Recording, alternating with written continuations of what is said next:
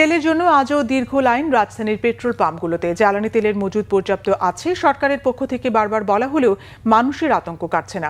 রাজধানীর সব ফিলিং স্টেশনে তেলের জন্য আজও গাড়ির দীর্ঘ সারি, লম্বা লাইনে দীর্ঘ অপেক্ষা। কয়েক সপ্তাহ ধরেই এমন ভোগান্তির মধ্য দিয়ে জ্বালানি কিনতে হচ্ছে রাজধানীর মোটরসাইকেল ও প্রাইভেট কার চালকদের। বেশিরভাগ পাম্পে তেল সরবরাহ থাকলেও কিছু কিছু পাম্পে তেল না পাওয়ার অভিযোগ গ্রাহকদের। পেট্রোল পাম্পের কর্মকর্তা ও কর্মচারীরা জানান, অনেকেই চাহিদা না থাকলেও তেল নিতে আসেন, আর এদের সংখ্যা অর্ধেকেরও বেশি। আতঙ্ক না কমলে এমন ভোগান্তি কমবে না বলেও জানান তারা।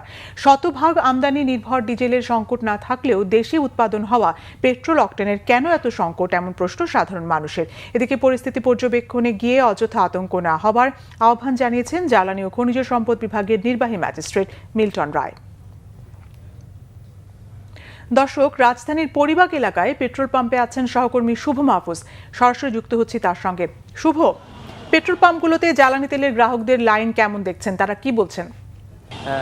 নাদিরা, এই পেট্রোল পাম্পে আমরা সকাল 11টা থেকে অবস্থান করছি। এখানে মোটরসাইকেলের যে সারিটি, এই লাইনটি একেবারেই বাংলাদেশ মেডিকেল থেকে বা শাহবাগ পর্যন্ত বিস্তৃত, এবং প্রাইভেট কারের রটিও একই অবস্থা, অর্থাৎ দীর্ঘ লাইন আমরা এখানে দেখতে পাচ্ছি সকাল থেকেই। অর্থাৎ তেল সবাই নিচ্ছে।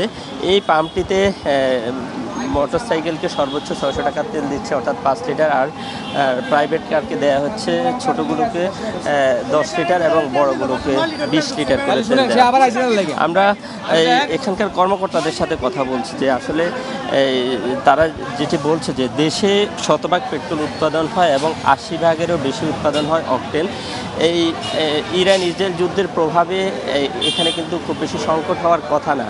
এরপরেও কিন্তু এখানে কেন সংকট, এই সম্পর্কে এখানে কিছুক্ষণ আগে একজন জানানো খনিজ সম্পদ বিভাগের একজন নির্বাহী ম্যাজিস্ট্রেট অভিযান চালিয়েছেন। তিনি আমাদেরকে যেটি জানিয়েছে যে আসলে যে মানুষ আতঙ্কিত হয়ে, যে সবার মধ্যে একটা টেন্ডেন্সি যে না জানি শেষ হয়ে যায়, একটা প্যানিক বাইয়ের কারণে এই ধরনের একটা সংকট তৈরি হচ্ছে। তা সবাই পাম্প সংশ্লিষ্ট কর্মকর্তারাও আহ্বান জানাচ্ছে যে আসলে সাধারণ মানুষ যারা তেল নিতে আসেন তারা যাতে অযথা যাতে না আসে। কিন্তু আমরা এখানে দেখতে পাচ্ছি যে যাদের তেলের প্রয়োজন নেই, অর্থাৎ গাড়িতে 50%-এরও বেশি তেল আছে, এরপরও তারা এখানে তেল নিতে আসছে।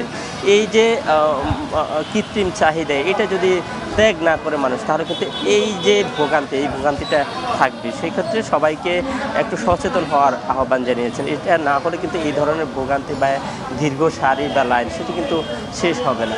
তো এখনকার পরিস্থিতি আমার কাছে এতটুকুই ছিল। নাদিরা।